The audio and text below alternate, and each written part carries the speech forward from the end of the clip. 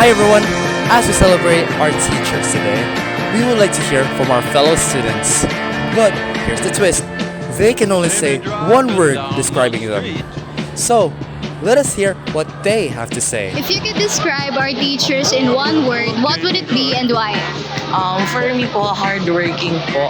Kasi po, sa dami pong hinahandle, even weekends po, let's say po, na kailangan po nilang mag-rest, hindi rin po ma-handle na kada weekdays lang po mag-work yung teacher sa dami po ng student.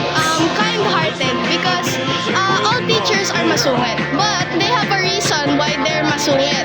Lahat ng teachers, they care about us, as students. So if you could describe your teachers in one word, what would it be and why? Describable because you cannot think or say anything because mom is a different kind of woman. O ikaw? Mabuti po. Bakit? Ano po kasi, dami nila pong ginagawa po sa atin, tas dami nilang ginagawa sa atin para matuto tayo. One word is for me is unique because they have different types of teaching styles and iba-iba yung approach nila sa students. Iba-iba din yung aura nila, like sa pagtuturo and iba-iba din yung pagtitreat nila sa students. I think good because there are different kinds of goods of them. Like good in teaching, good in communicating, and good in approaching students. Because they have, ulit. Like good in teaching, good in communicating, and good in approaching their students. Kasi magaling din naman po sila sa kanilang job. If you could describe your teacher in one word, what would it be and why? Queen Diva! Siyempre, si Sir Aris yan. Siyempre, nanay namin. Ayun. Okay, next. Lovely po. Lovely po sila dahil lovely po sila magbigay ng assignments, ng PTs, may natututunan po ako sa performance task nila, and lalo na po yung pagpapahirap nila, sobrang lovely rin po. Yun lang po. Thank you so much. I'll say na supportive po sila kasi palagi po nila tinutulungan lahat ng students na handle nila.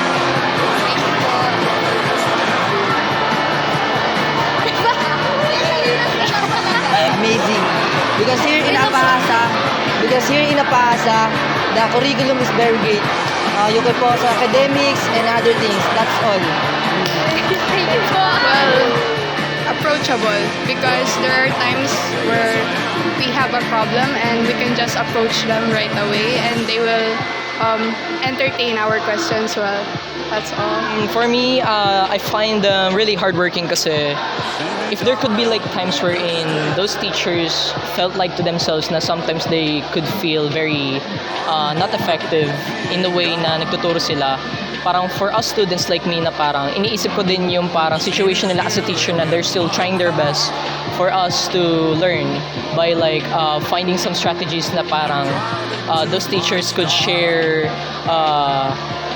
their knowledge to us and para mas mag-grow tayo as a student. So we could do is try to bear with them and we try to learn and try to absorb kung ano yung natututunan natin sa kanila kahit alam nating mahirap. There's always a room for asking to them. Thank you po. And there you have it. Our teachers are more than educators. They're inspiring, caring, supporting, patient, and true heroes.